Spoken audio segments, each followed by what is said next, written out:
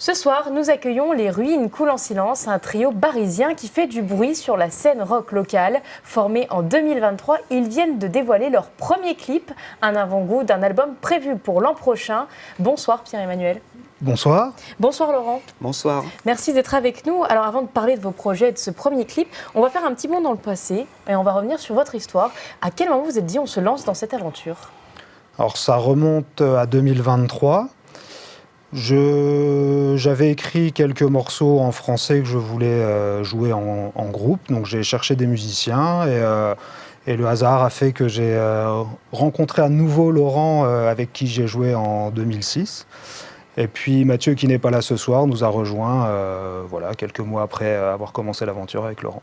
C'était logique pour vous de former un groupe et de partir tout de suite à l'aventure ? Oui, écoutez, en fait, Pierre-Emmanuel m'a fait écouter les titres qu'il avait déjà préenregistrés. Et puis, ça a été une évidence. Tout de suite, ça m'a plu. Les lignes de chant, la musique. Donc voilà, j'ai tout de suite adhéré au projet. Et voilà, je lui ai dit, c'est OK. Et on est parti comme ça. Et on est parti comme ça. Alors, pour que les gens comprennent bien, on va écouter un extrait de votre clip qui est disponible sur YouTube. On va découvrir un petit peu votre univers, hein.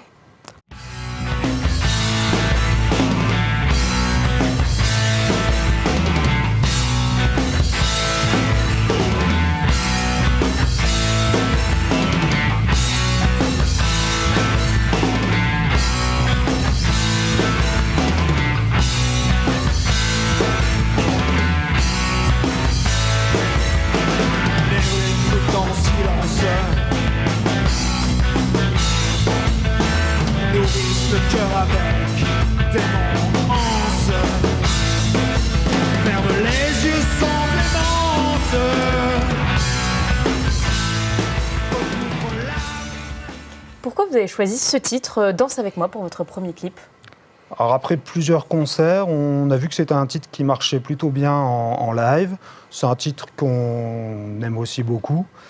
Et c'est le morceau qui a donné le nom au groupe, donc Les Ruines coulent en silence, qui est la première phrase du morceau. Donc ça paraissait évident de commencer par ce morceau-là pour les clips. Alors justement, ça fait quoi de tourner son premier clip ? Écoutez, c'est le premier clip du groupe et le premier clip pour moi. Alors, je ne sais pas si Pierre, tu avais déjà Alors oui, moi clips. j'en ai fait quelques-uns avec mon ancien groupe, oui. Et donc on ressent quoi ? C'est une expérience qui est un petit peu à part, parce que c'est vrai qu'on avait fait déjà beaucoup de répétitions, on avait fait des concerts, on avait enregistré le titre, et là, du coup, le fait de faire un clip, c'est encore une expérience supplémentaire. En fait, c'est tout à fait autre chose par rapport à l'expérience live et l'enregistrement. Alors justement, vous me parlez des répétitions, c'est assez intéressant, parce que vous avez une petite particularité, c'est que vous ne répétez jamais au même endroit. Pourquoi ? Tout à fait. Alors pourquoi en fait, ça dépend un petit peu de l'emploi du temps de chacun. Et donc des fois, on va répéter dans une école, des fois chez Laurent, des fois où on peut. Ça a l'avantage de ne pas se familiariser avec un lieu et de toujours s'adapter. De toujours s'adapter, merci, tout à fait. Alors vous vous adaptez au lieu, bien sûr, et puis il y a toute la technique qui va derrière aussi. Oui. Parfois on joue sur batterie électronique par souci de nuisance sonore, pour ne pas déranger les voisins. Parfois sur du matériel qui n'est pas le nôtre, ce qui permet aussi de pas trop se familiariser, de pas trop être confortable en répète, puisque chaque concert étant différent, ça. Vous vous préparez. On change les contraintes de répète en répétition. Ouais. Alors justement, vous le dites, pas trop de bruit pour les voisins, parce que vous faites quand même du rock. C'est pas le style le plus sonore, en tout cas le plus calme au niveau sonore, mais vous avez quand même d'autres influences. On retrouve aussi du métal. Ça me fait penser à Radiohead, par exemple. Comment vous pourriez vous définir ? Alors, c'est un mélange de tout un tas d'influences. C'est vrai que moi, j'ai une influence qui est très, très métal. Après, j'écoute aussi d'anciens groupes, style Dire Straits, Simple Minds. J'ai des périodes un peu plus calmes. Mais c'est vrai que l'essentiel, pour moi, c'est quand même le métal. Vous aussi, au niveau des paroles, ça varie beaucoup ? Les paroles, oui. J'ai essayé de varier les paroles entre des textes assez personnels et des textes plutôt sociétaux, voilà, qui, je l'espère, permettent une certaine réflexion sur le monde actuel et sur ce qui nous entoure, en fait, quoi. C'est le but, parce que vous parlez par exemple dans certains morceaux de la relation à la mort. Pour Oui. vous, c'est important de mettre ça en valeur dans vos textes?